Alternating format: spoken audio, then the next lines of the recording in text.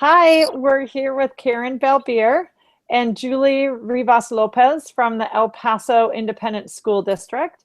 And I'm really excited to introduce these women who are instructional coaches in the El Paso School District. So they've worked directly with students and served in a teacher role and also in a coach role. And so, gals, go ahead and introduce yourselves. And then I've got a couple questions for you on behalf of the Digital Scholars in North Carolina. Well, hello, my name is Karen Belbier, and I'm an instructional technology specialist in El Paso ISD. Currently, I'm serving 16 elementary school campuses. Hi, and I'm Julie Rivas Lopez, and I'm also an instructional technology specialist, and I work with 15 elementary campuses right now.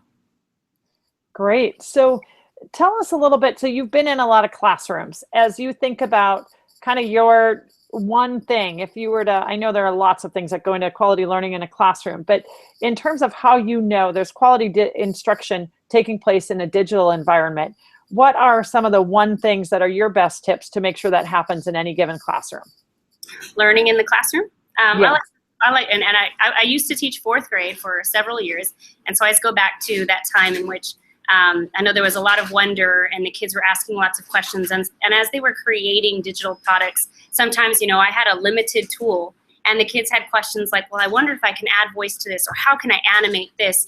And rather than telling them, no, we can't do that, I would allow them to kind of figure out what tool would allow for that, or I would call on my PLN.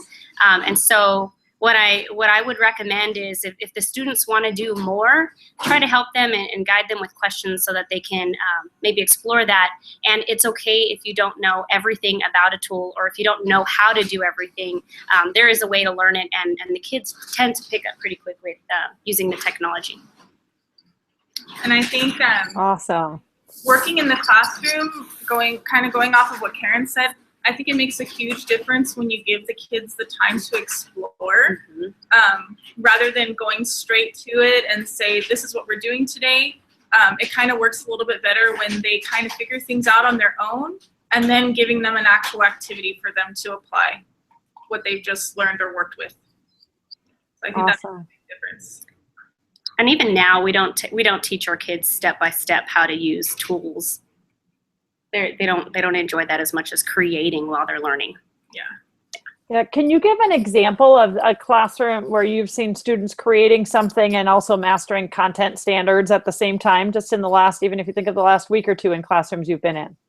I know I've been modeling in a lot of kinder classrooms lately. And again, I'm going to kind of contradict myself here a little bit, but I haven't gone in and given the kids the opportunity to completely play with the tool because I'm limited on time in their classroom. But I've been able to go in, teach them the tool, and have them create a product at the exact same time. So it's just walking them through and creating. And so what we've been doing is we've been using an app called Pick Collage to create collages to identify either living and non-living, or to find 3D shapes, and then they put it together, put their names on it, and load it into an app called Seesaw and record what they know about those objects. And so those are the things that we've been trying to model in the classrooms to get them used to those apps. Fantastic. Thank you for the specific examples. And then last week I got to work at, we had a little conference here in EPISD, and I was teaching some of the teachers about how you can use green screen in the classroom. And so yesterday I was working with a fifth grade teacher. Actually, I was kind of hoping to work with the fifth grade class because I knew they were going to be creating their green screen films. But I came and it was already done, darn. But what was neat was they were working on different things. Some of them were working on like a book trailer. And so they had finished reading a book and they were illustrating like that scenery, and they were going to do a little retell in front of that with their green screen. And so I had the opportunity to see their filmed product. And what was great is the students were already noticing, okay, well, this didn't look the way I wanted to look. And so they were already rethinking how they were going to make their next product better. I mean, this product was still a good product, but the next time they were going to use green screen to show what they had learned, what they were going to do in order to make the lighting better, or, just the placement of the green screen. So it was awesome. Fantastic. So talk a little bit, that's really helpful. I think we can picture even what you're describing in those classrooms. Talk about your role as a coach and what are your kind of your one things, again, some of your tips for what really helps that you're modeling and or equipping and or asking for reflection with the teachers with whom you work. how do you make that transition of supporting adults so they can do what you do with kids? Well, I think the main thing is to give them the opportunity to learn something that they can take back right away to their classrooms. So again, Karen and I have been training a lot with early childhood iPad integration. And so the trainings that we go through when we present the apps, we've also presented an activity that they can take back and, you know, modify and tweak to use in their classroom. And I know a lot of the feedback that we've been getting has been, this was awesome. I know I can go back and do it right away. And so giving them that opportunity to learn something quick and easy that they can take back and turn around immediately is a big load off their shoulders, because they don't have to go back and, oh my gosh, I have to plan and try to come up with something. I already have an idea and I know how to modify it for my classroom. And not necessarily a 3-week project at a time like you're talking. There may be some of those, but it sounds like those early wins and quick wins to do something immediately sounds good. And we try to teach them in a lesson that's coming up. So we look at the curriculum to see what is coming up and what the students are learning and what the teachers are teaching, and then try to share whatever the technology is in that lesson, because then they make those connections right away, and then they feel like I can go back and do that this week, or I can go back and try that next week, instead of I have to wait until next school year or the next time I teach that. Super insightful. So how do you do that as a coach? Because you know, like, I mean, with curriculum, people are in different places at different times, even both within and between classrooms. So that seems like a really helpful and practical and maybe even, you know, obvious right in front of us tip, but let's not forget like the context of the content. So say more about how you do that, and if you have any tips to make that feel pretty simple and not overwhelming. Well, for me, I don't know about Julie, for me, it's a lot easier if I don't teach a whole campus at one time.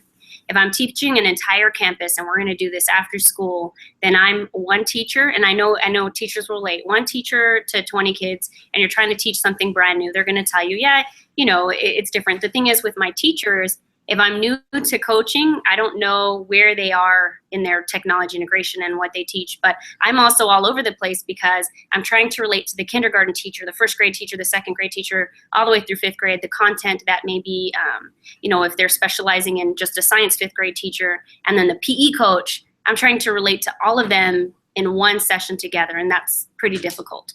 Whereas if we do in our district, if we plan it right, and it might be during 45-minute sessions with just kindergarten, just first grade, just the PE coaches, then I can make that direct connection to them where, you know, this is how it fits into your curriculum, and this is where you can use it, and they can create a lesson or a student product, like an example product that relates to, like I said, exactly what they're teaching in the classroom. So when I shared green screen, kinder made something completely different than fifth grade.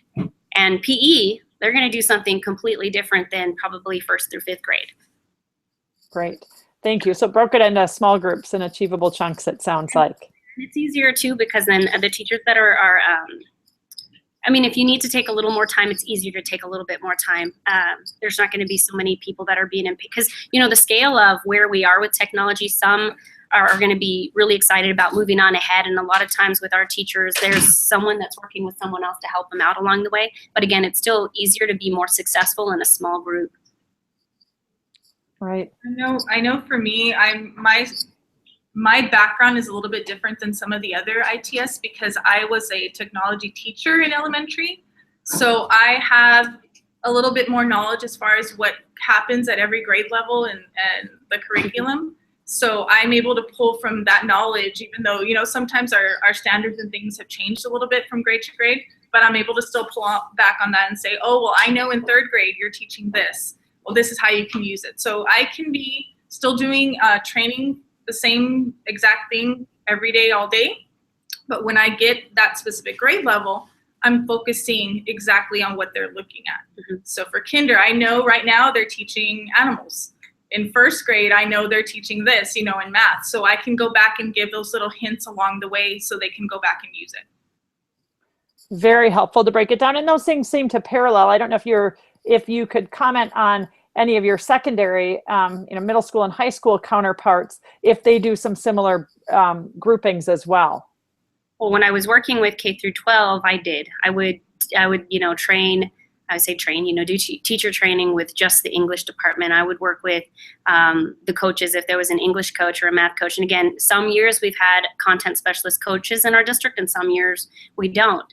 And so if we have on a campus, I would try to meet with them and say, hey, is there something that you're teaching in which we could teach together? So I would try to pair up with somebody who was a content expert and do a lesson together. Or sometimes it would be in if it was going to be English language arts, sometimes it was pairing up with the librarian, because I knew the librarian was going to see everybody, that if I could teach the librarian and integrate technology with the librarian, all of the kids would at some point experience that. So.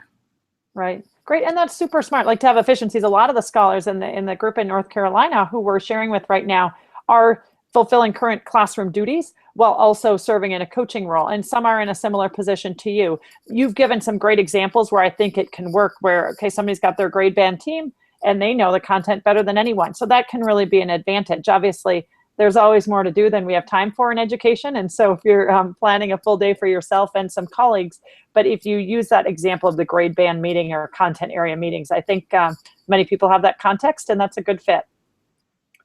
And any other words of wisdom as we hear from you about bringing good quality learning to life in a digital classroom and share the nuggets across the miles? Anything else you'd want to close with? I think just in our cases, we try to support our teachers as much as possible. I mean, even though we have 1 million schools this year, we're there for our teachers no matter what. So by email, by Skype, I mean, chasing us down the hallway to ask us a question, before we leave the building. I know that we try to be there to help as much as possible. So I think that makes a difference because we've established that relationship with our teachers.